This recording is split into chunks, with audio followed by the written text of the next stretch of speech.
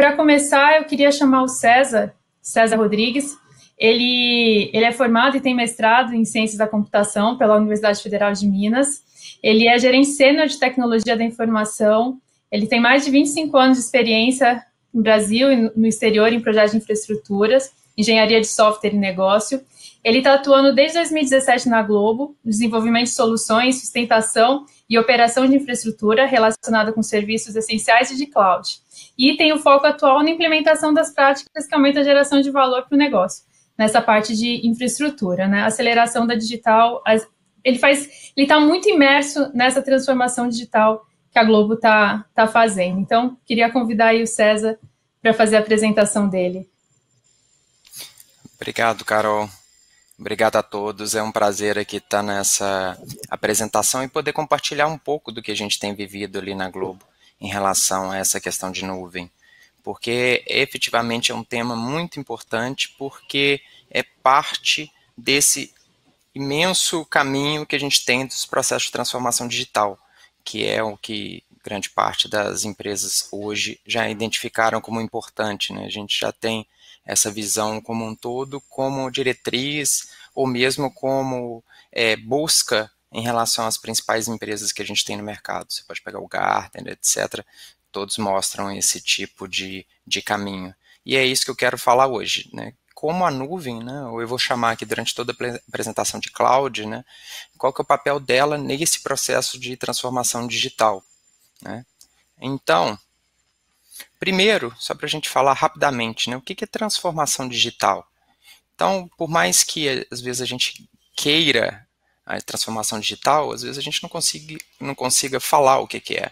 Então, se a gente pudesse resumir, pegando duas referências aqui de mercado, é esse processo que a gente tem de explorar as tecnologias digitais, as frentes digitais, as novas e tecnologias de vanguarda que a gente pode fazer, olhar para o nosso negócio, juntar com o que a gente pode fazer e transformar a forma como a gente entrega, a forma como a gente pode ser melhor e trazer valor para o negócio. Então, Gartner, McKinsey, eles apontam como esse é um ponto base. Mas, quando a gente fala, a gente tem vários de transformação digital, a gente tem vários pontos que a gente quer entregar para o nosso negócio. A gente está falando o tempo todo de escala. São os negócios que efetivamente a gente começa pequeno e eles crescem. Com certeza tem a ver com modelos de custo, que às vezes o próprio modelo de custo ele traz uma vantagem competitiva. A gente fala que o negócio agora, na transformação, ele não só está mais competindo com a empresa do lado próximo, mas com o mundo. E a gente precisa ser adaptável o tempo todo em cima das mudanças do negócio, já que a gente nunca sabe de antemão, ou como era antes da transformação digital, eu consigo planejar para daqui a 5, 10 anos. A velocidade é muito grande e é isso que eu preciso entregar dentro de um processo de inovação, que é isso que vai trazer valor. Então, na medida que a gente pega a tecnologia, pega o negócio, consegue transformar isso de uma maneira única, é que a gente consegue efetivamente obter essa transformação digital, né? E dentro da Globo, a gente já percebeu que temos, ao mesmo tempo, milhões de globos, cada um tem uma sua Globo, para milhões de uns. Então, temos um espectro muito grande, né? Sempre trabalhamos com conteúdo como base, estamos preocupados com todas as pessoas que, em última instância, a gente quer agregar valor, entretenimento para o usuário e dar uma experiência cada vez melhor, e como não melhor que trazer a tecnologia dentro desses milhões, que é o exponencial que a gente tem, para que a gente possa efetivamente ganhar valor. E isso a gente consegue na medida que a gente se transforma digitalmente, né? Então, já é de alguns anos que a Globo é uma MediaTek, que trabalha os processos tecnológicos com os processos de mídia de uma maneira única para que a gente entregue valor. E em cima desse cenário, né, eu trouxe o caso do Big Brother, que é onde a gente pode ver um pouco dessa interação entre o valor que a gente quer entregar como mídia, que a gente quer entregar como tech, e dessa importância de transformação digital. Porque o Big Brother, se a gente for partir, é um programa cujo roteiro é totalmente adaptável, porque a gente tem um esqueleto de roteiro ali por semana com eliminação, mas ele evolui, o roteiro, o próprio programa, ele vai evoluindo com a interação do elenco. Então não é à toa que depois de um determinado ponto do programa, que você achava que o programa já tinha acabado, muda totalmente. Então ele vai evoluindo. E é um programa que ele vai reagindo e realimentando em cima do próprio desejo do consumidor, seja materializado individualmente, seja nas redes sociais. E o que a gente tem, principalmente nos 2 últimos anos, é essa fusão cada vez maior na medida que tem essa interação, né? A própria rede social alimenta o Big Brother, que alimenta a forma com que as pessoas consomem, e a gente tem um produto melhor. Mas como é que a gente faz isso, né, num programa que esse ano teve 100 dias e consegue, nesse período, poder realimentar? Não uma coisa individual ou planejada, né? A gente quer, efetivamente, né, tornar a tecnologia como parte de todos os processos, né? Então, o Big Brother ele é um sucesso de audiência na TV aberta, mas também na TV paga, no Globoplay, no G-Show, e a gente quer colocar essa tecnologia de uma maneira muito mais fluida e frictionless que a gente costuma usar para entregar esse valor. Claro, não é à toa que no início de cada ano que a gente tem Big Brother, a gente passa para estudar o que a gente vai fazer, né, no Big Brother. Então é normal que antes de um programa, bem antes, né, no final do programa desse ano, a gente já começa a pensar no próximo ano. Então a gente começa a estimar do ponto de vista de tecnologia o que a gente vai entregar. Quais são as nossas capacidades?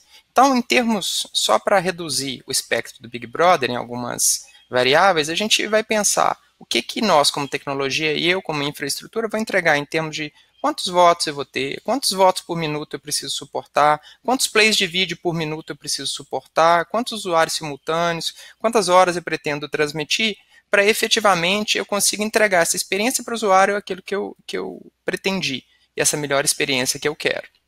Então, em cima disso, a gente vai fazendo os planejamentos e prepara a nossa infraestrutura.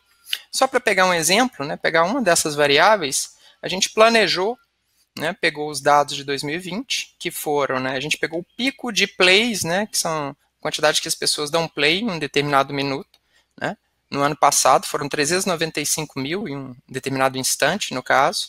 Esse era o pico do ano passado. O que a gente previu? A gente vai ter um crescimento, o Big Brother sempre cresce, ele cresce por volta, podemos imaginar 40% no ano, e a gente estabeleceu um pico que a gente achava que atingiria nesse ano. Então, o pico de 2021, a gente pensou ali no valor de 556 mil. No primeiro dia do programa, a gente já teve um pico de 624 mil de acesso. Ou seja, todo o nosso planejamento, ele foi por água abaixo. Por quê? Porque o público estava demandando muito mais do que aquilo que a gente previu. E aí começa esse ponto que a tecnologia tem que interagir com o negócio para que a gente possa dar uma resposta rápida para esse processo. Então, 58% a mais do que o ano passado já quebrou no primeiro dia de programa. Né? Então, se o BBB ele fosse atendido por um data center tradicional, que a gente não tem essa tecnologia mais adequada, como é que seria isso? Né? Os recursos de infra eles seriam estabelecidos com base nessa estimativa. Então, teria sido feito com base nesse valor de requests, né?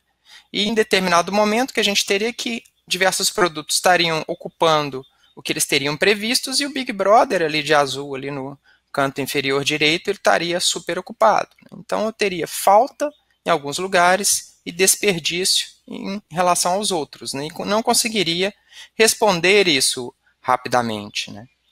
Então, qualquer mobilidade que eu tivesse, ela seria lenta para pegar servidor de um lado, passar para o outro, isso não está previsto, etc. Ou mesmo se eu pensasse uma aquisição, eu poderia levar um tempo muito longo para fazer isso. Então, no programa de 100 dias, se eu fosse considerar 30 dias e rapidamente para ter servidores novos, eu já estaria com um terço do programa sendo comprometido isso já no primeiro dia. Né? E aí que a gente entra na questão de cloud, né? Ou de nuvem. Né?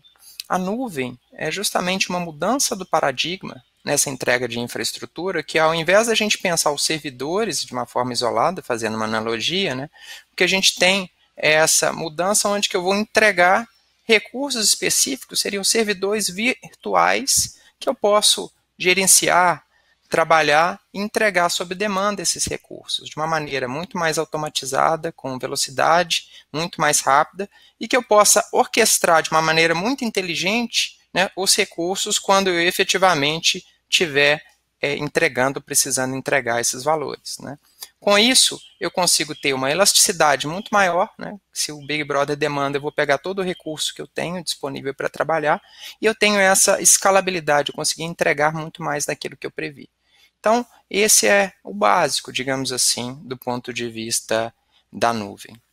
E aí, voltando, né, para os big numbers aqui do BBB 21, né, que foi o big dos bigs, mesmo muito além, como eu disse, né, da preparação, a gente teve como votos quase 3,6 bilhões milhões de votos em um determinado minuto, isso quase 2 vezes o básico, e outras variáveis que, se a gente for olhar, pico de requests por minuto dentro da nossa plataforma de Global ID, que identifica as pessoas, ou os requests simultâneos, a gente vai ver que por volta de 3 vezes mais. A gente está falando realmente de algo que a gente chama de exponencial, que é efetivamente algo que está transformando digitalmente. Né?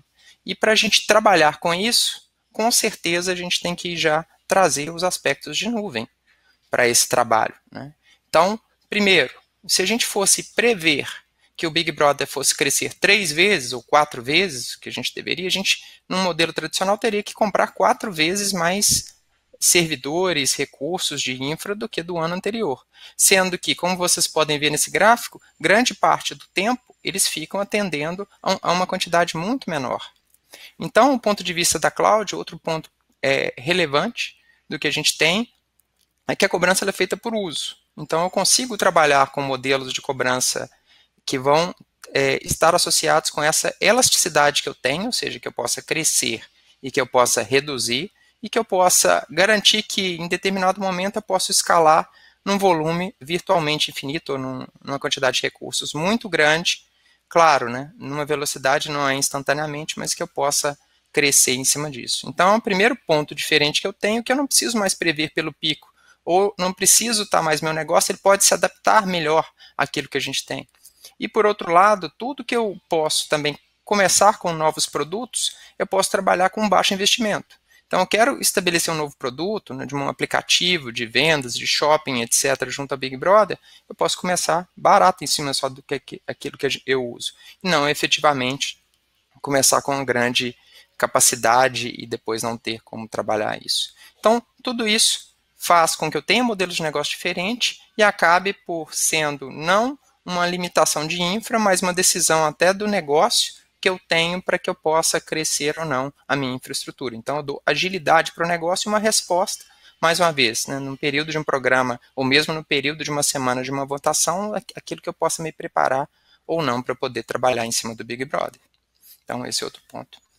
Um terceiro ponto, que também é muito importante do ponto de vista de cloud, é que pelo fato de eu não ter mais um data center fixo que está numa posição geográfica, eu basicamente já tenho acesso natural ao mundo. Né? Então, as próprias clouds, elas têm um mecanismo de distribuição eficientes para o mundo todo, e minha aplicação ela não precisa estar mais vinculada a um espaço geográfico próprio, de uma maneira eficiente. Por mais que a internet já faça isso, se eu tenho grandes volumes, imagina a quantidade que eu tenho de comunicação com o Globoplay, etc., eu preciso estar preparado de uma maneira diferente. A cloud permite isso. A cloud trabalha com isso, seja por mecanismos públicos de cloud, como a conectividade do Google, como é o primeiro mapa mundi, ou até mesmo porque a própria Globo faz em cima de uma CDN própria, que ela trabalha com um processo de distribuição muito mais eficiente em vários pontos, na medida que ela entrega e consegue trabalhar produtos de uma maneira muito mais exponencial, mais uma vez. E outro ponto, né, que eu já mencionei, mas é importante da gente trabalhar, é que a própria entrega de valor para o negócio é um modelo que está muito associado com a flexibilidade que a cloud pretende. Por quê? A gente vê nos negócios, e eu dei alguns exemplos aqui durante o Big Brother, que dentro do próprio programa, a própria Globo ela precisa responder às mudanças que o nosso cliente, quem vê, quem enxerga, quem está assistindo, que a gente quer colocar uma experiência seja melhor. Então, ele está muito adequado, e muitas vezes a gente vê, as metodologias que a gente vê como ágeis, que são aquelas que são interativas, incrementais e vão criando os produtos, desde um MVP até entregar todo o valor para o negócio. Então, eu entrego o valor mais cedo para o negócio, eu consigo prototipar, e mesmo para os negócios e produtos existentes, eu consigo ser muito mais adaptável para isso. A gente, por exemplo, em cima da própria cloud, consegue desenvolver, que já é automatizada, mecanismos cada vez mais autônomos para que eu possa efetivamente trabalhar e acelerar esse processo. Para vocês terem uma ideia desse ponto, a gente tem um desenvolvimento interno, uma plataforma de serviço que roda em cima da automação da cloud, que ela permite mais de 4.000 deploys, ou seja, entregas de novas versões de aplicação em um mês. Isso, se eu fosse considerar fora da cloud, em mecanismos comuns, eu teria uma dúzia no máximo. Então, realmente é o exponencial que a gente permite fazer. E só para pegar um exemplo, o que a gente consegue ter é que um processo de votação, por exemplo, dentro do Big Brother, ele, para o usuário, ele não percebe, mas ele roda, inclusive, na nuvem. E ele roda não necessariamente só em uma nuvem, ele roda na nossa nuvem interna e na nuvem pública ao mesmo tempo, dos quais eu posso distribuir a quantidade de recursos que eu quero para cada uma delas. Então, isso, em cima dos mecanismos que a gente tem, como o Tsuru que eu falei, que permite, primeiro, o acesso global para que são as pessoas. O desenvolvimento também é global, que permite a gente ter acesso aos talentos, reduzindo os riscos.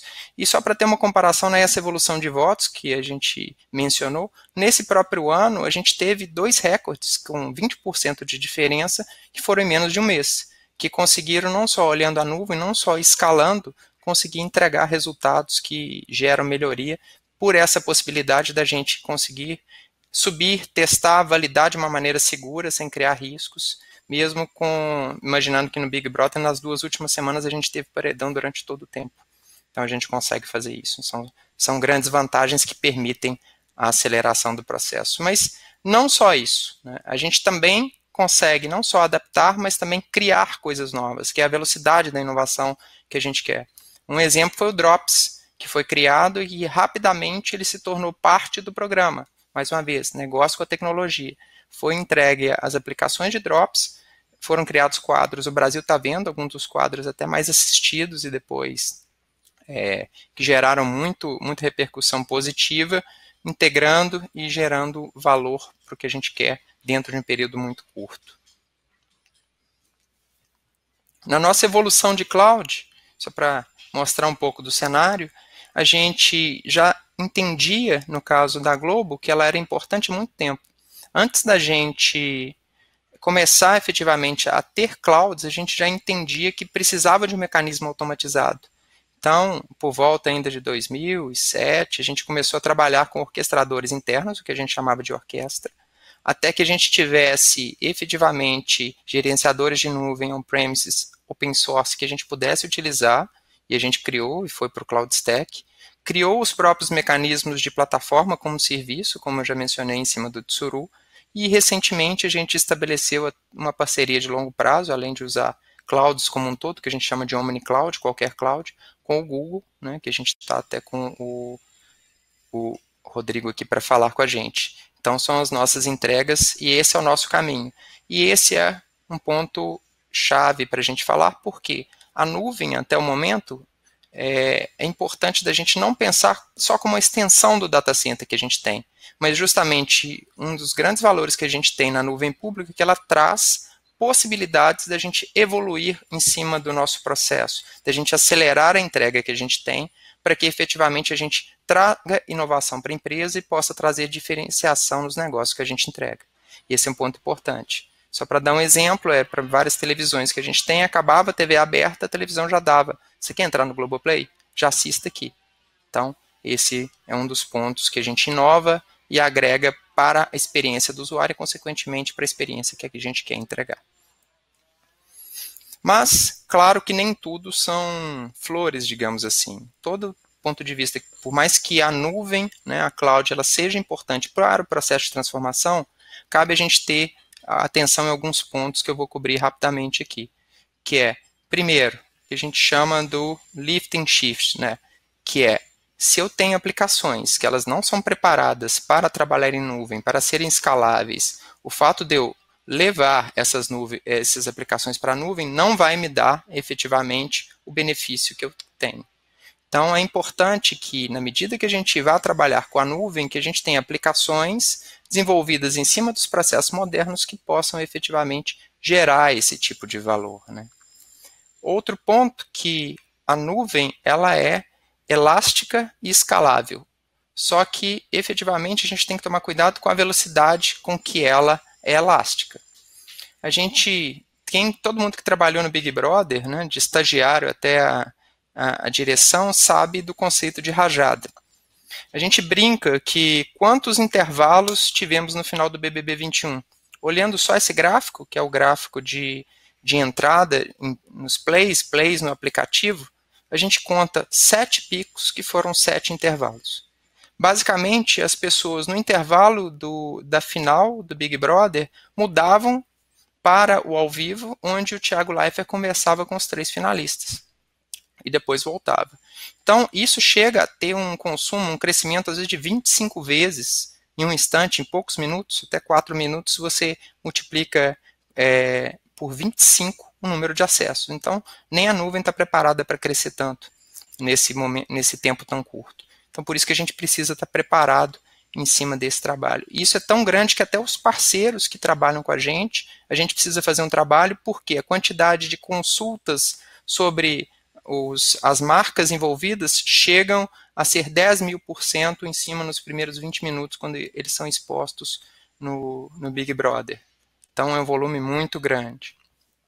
O terceiro ponto que a gente precisa ficar atento é a questão dos custos, que enquanto a nuvem ela ajuda você a gastar aquilo que você precisa ter muito cuidado de saber se, durante um aumento, eu estou gastando mais porque meu cliente está demandando mais ou porque eu estou usando errado. Eu tenho N exemplos dos quais pessoas erraram em um determinado código e consumiram muito mais do que a gente precisava. Então, uma gestão inadequada de nuvem acaba por destruindo qualquer business case, gerando problemas do que a gente tem.